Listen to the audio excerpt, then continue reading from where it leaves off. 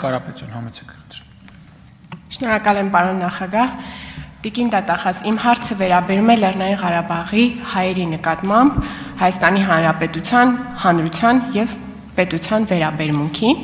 Մինչ հարցս տալը կուզեի քաղաքական կոնտեքստին անդրադառնալ, որը իհարկե դուք կշրջանցեք։ Ես կարծում եմ, որ մեր հանրության եւ պետության վերաբերմունքը Լեռնային Ղարաբաղի հայերի նկատմամբ լավագույնս արտահայտվել է, երբ մեր հայրենակիցները էթնիկ զտման ենթարկվեցին եւ Հայաստանի Հանրապետությունում գտան մեր հանրության եւ պետության ընդունելությունը ուժերի ներածի չափով այդ օրերին մենք համերաշխության մի կարևոր պահ ենք ապրում որպես ժողովուրդ, որպես ազգ։ Կան քաղաքական գործիչներ, որոնք 44-օրյա պատերազմից հետո տարիներ շարունակ անբռնազբոսիկ դեմքի արտահայտությամբ կարող են ասել, որ Արցախը հանձնվեց, կամ մեղադրանք հնչեցնել մեզ ասել, որ Արցախը հանձնեցիք, առանց անդրադառնալու այն հանգամանքին, թե ինչ զգացմունքներ, զգացումներ են առաջացնում գրեթե 4000 զոհերի ընտանիքների մոտ, երբ շրջանցվում է այն հանգամանքը, որ այդ զինծառայողները հրաման են ստացել կռվելու եւ պայքարել են Արցախի պահպանման համար եւ այնուհետեւ կարող են այդ նույն քաղաքական հանրային գործիչները չքմեղանալ եւ իբրև թե վիրավորվել, երբ իրենց հասցեին լսում են մեղադրանքներ Լեռնային Ղարաբաղի մնացած մասի պահպանման համար բավականաչափ չպայքարելու համար։ Մենք ունենք լրագրող, որը կարող է հանդես գալ այն դիրքից, թե իբր միայն իր սիրտն է ցավում հայրենիքի կորստի համար, իսկ այնուհետև Լեռնային Ղարաբաղից բռնի տեղահանված անձանց ցույցի ժամանակ ասել ցուցարարին, թե ինքը իր հայրենիքում է գտնվում, կարծես ակնարկելով, որ ցուցարարը, որը Լեռնային Ղարաբաղից է, իր հայրենիքում չի գտնվում, այստեղ Երևանում։ Հարցս հետևյալն է. ինչ հաղորդումներ եք դուք ստացել վերջին շրջանում Լեռնային Ղարաբաղի հայերի նկատմամբ վատ վերաբերմունքի, ինչ ուսումնասիրություններ եք արել սոցիալական ցանցերում, լրատվական դաշտում, ինչ քանակով ընթացք տրված գործեր կան եւ ընդհանուր վերաբերմունքը դատախազության ինչպիսին է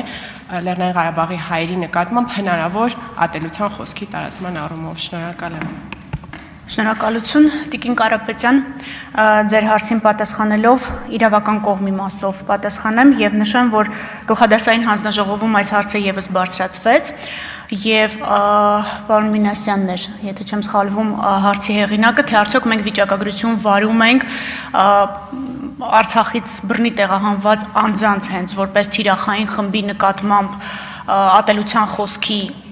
վերաբերյալ։ Ես նշեցի, որ մենք ծննդավայրի հիմքով տարանջատված վիճակագրություն չենք վարում,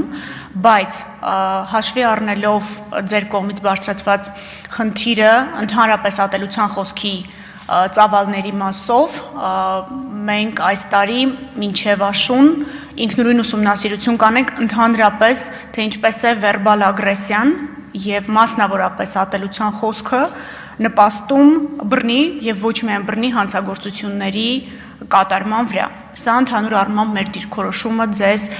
համար ավելի հասկանալի դարձնելու տեսանկյունից։ Վերջին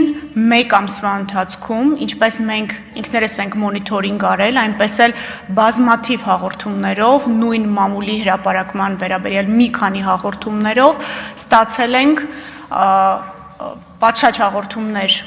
ատելության խոսքի վերաբերյալ եւ դրանց մի մասով, որոնցով որ ունեցել ենք հաղորդումներ, վարույթներ են նախաձեռնված, հիմա հատ-հատ թույլ տվեք չնշել, թե կոնկրետ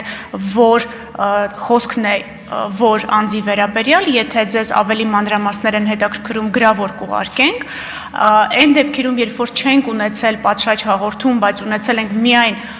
որևէ գրառում կամ մամուլի հրապարակում, դրանք ուղարկել ենք օպերատիվ մարմնին ստուգողական գործողություններ իրականացնելու, պարզաբանեմ ինչու ստուգողական, որպեսզի հասկանանք արդյոք նման վերբալ ագրեսիան շարունակական բնույթ է կրում, որպես վարքագիծ է կոնկրետ անձի մոտ դրսևորվում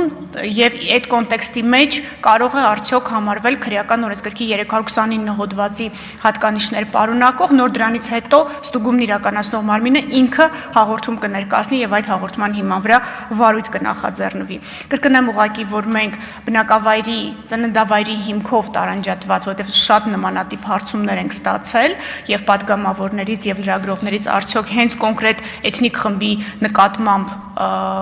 վերբալ ագրեսիայի մասով ատելության խոսքի մասով ունենք վիճակագրություն, թե ոչ առանձին չենք վարում, բայց մինչև սեպտեմբեր ամիս կիրականացնենք համապարփակ ուսումնասիրություն նախ